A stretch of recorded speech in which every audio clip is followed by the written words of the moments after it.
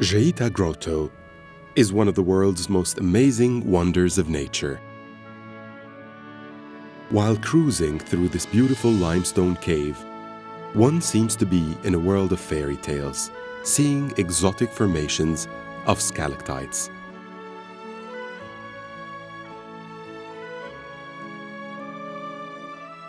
This amazing but fragile cave is the place where the drinking water for Beirut and the surrounding area comes from. Visiting this cave, tourists are asked to respect the environment in order to keep the water safe. But there are many more dangers that threaten the quality of water from Jeita Spring, as well as the entire catchment area where the drinking water comes from.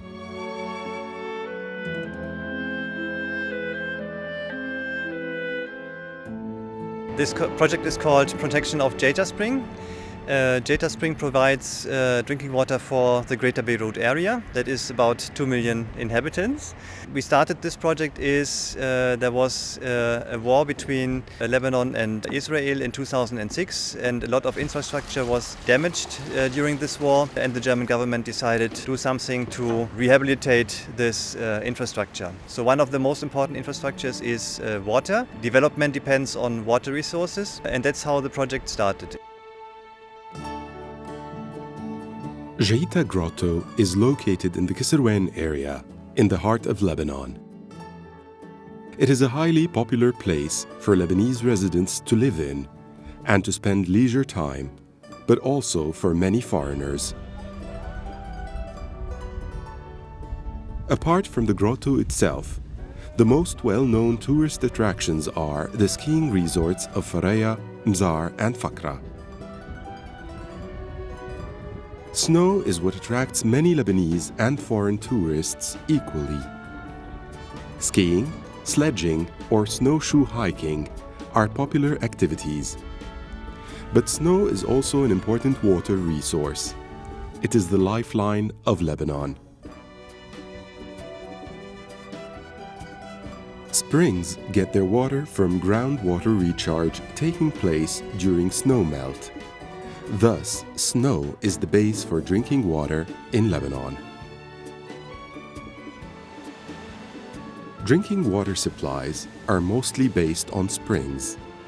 However, many springs are contaminated due to a high number of pollution sources, resulting from a lack of land use planning. In this project, German geologists made studies to establish groundwater protection zones, and they are appealing to the Lebanese government to have a better land use planning system so that springs could again safely be used for drinking water supply. So protecting groundwater in the Jeita catchment is not an easy task. It needs a concerted effort of all stakeholders in this area, and there is principally no alternative. Beirut area needs water, and 75% of the drinking water comes from Jeita Spring, so they have to do something about pollution of the spring. The rocks in Mount Lebanon consist predominantly of limestone. Limestone can be dissolved by water containing carbon dioxide. This solution of limestone creates underground conduits where water can flow along for many kilometers. Rain and contaminants can easily infiltrate in karst areas and reach groundwater. Water and contaminants can flow very fast in the water channels in a karst system and reach a velocity of up to 2 kilometers per hour, as was measured in the Jeita catchment. This means that contaminants present in the water will not be absorbed or attenuated, as it would happen if the water flow was slower. Therefore, it is so important to reduce pollution in the Jeita catchment area. During the rainy season and snowmelt, a huge amount of surface water run off unused into the sea. A possibility to increase the available water resources in groundwater is to increase infiltration into groundwater by building dams in karst areas in the catchment at elevations between 300 and 1,200 meters. In groundwater, water movement is slower than in surface water, so that spring discharge would not only be increased, but there would be more water at the end of the dry season. Currently, there is water shortage for supply between October and December. The building of dams in the higher parts of the catchment is another option. Under favorable geological conditions, surface water can be stored without infiltration and used in the downstream area for drinking water supply.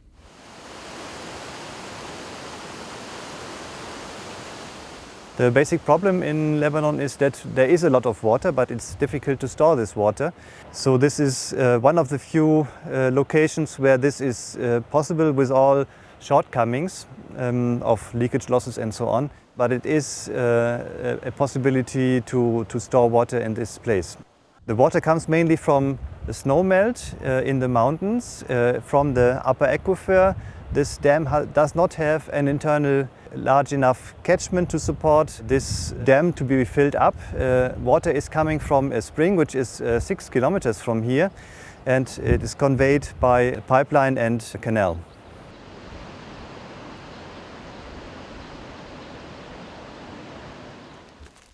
In order to assess where the water in the Jeita catchment comes from and what the groundwater flow velocity is, the geologists conducted 14 tracer tests over the past 3 years. Usually we do tracing tests to identify a connection, underground water connection between an injection point and a spring. What we do is that we use some colorant powder named uranine. It is a non-toxic powder.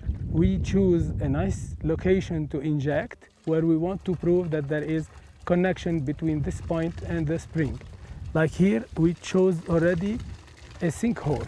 This sinkhole is directly linked to the groundwater. The powder that we added to the water is uranine. Nowadays, the geologists have a pretty good understanding from where Jeita spring is fed, which amounts of water are available in the Jeita catchment, and how groundwater is flowing.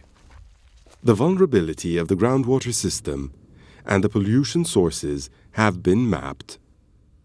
Therefore, they can also determine which areas are vulnerable to contamination by pollution and which areas must be carefully protected in order to keep drinking water clean. A tracing test can prove the connection and the groundwater flow velocity between the injection point and the spring, and that will help us to identify the danger and the vulnerability of the area. So if we have a very fast flow velocity, then any pollution at this injection point will be going too fast to the spring.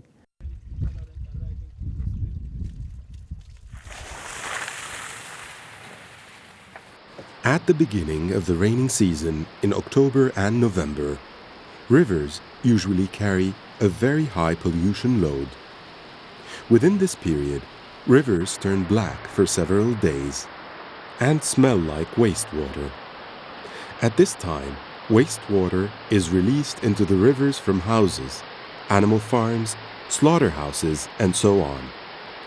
Treatment of such water for drinking purposes is not feasible. During these times, springs and surface water should not be used for domestic supply because they are carrying bacteria, viruses, and other elements dangerous to human health. Until now, there is no wastewater collection and treatment in the Jeita catchment area. Wastewater is mostly discharged into groundwater through so-called cesspits or injected into groundwater wells or discharged into surface water courses. This is the reason why bacteriological contamination of Jeita and other springs is continuously high. At the same time, the treatment capacity and methods of treatment of raw water at the Dbaye drinking water treatment plant are not adequate. Even in newly built areas, there's often no adequate wastewater collection and treatment system. As here in Fakra, there is a wastewater collection and treatment system, but it's too small. Because collection of waste is not centrally organized and controlled, and smaller communities cannot pay for waste collection, waste is often discharged into nature.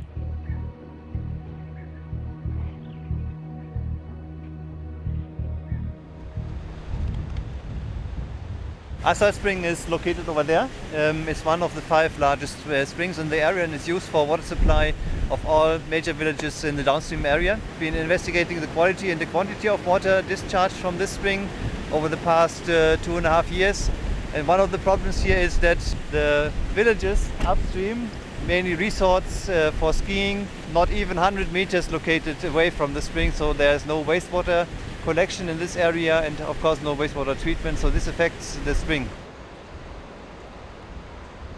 In order to overcome the lack of wastewater infrastructure and the widespread problem of groundwater pollution, 2 German projects are currently planning wastewater collection and treatment systems for large parts of the Jeita catchment. In the framework of technical cooperation, BGR supports the implementation of a financial cooperation project of KfW Development Bank. BGR provides geoscientific support to find the most suitable and safest solution concerning the location of wastewater treatment plants, the alignment of the collector lines, and the location of the effluent discharge point of treated wastewater. One component of the BGR project Protection of Jeita Spring is to provide advice to investment planning in the wastewater sector. The Lebanese government is planning to build a wastewater treatment plant in this area, which will collect all the wastewater from the mountainous area about 15 kilometers away to this point. And BGR is providing advice in the field of geoscience to find the appropriate location and to find the best way for the collection system of wastewater.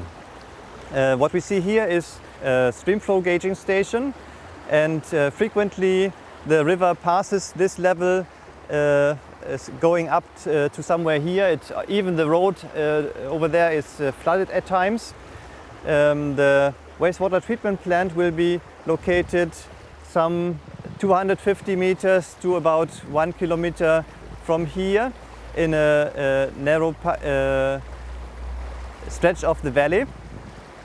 And we have a flooding risk at this site, so there needs to be a retention wall approximately 2 meters high to avoid flooding of the proposed wastewater treatment plant. At the moment we are investigating 2 alternative sites, and at this site there is a significant flooding risk. At times during snowmelt or when there is rainfall events, the flooding in the Na El Kalb river, which is over there, can reach this level, about 1.50 meters over the land surface, so that there needs to be a retention wall to retain the flooding. There are other significant georisks to the wastewater project, such as rockfalls, tectonic movements and earthquakes, landslides and so on, which have to be investigated before a decision is taken where and how to build the wastewater facilities.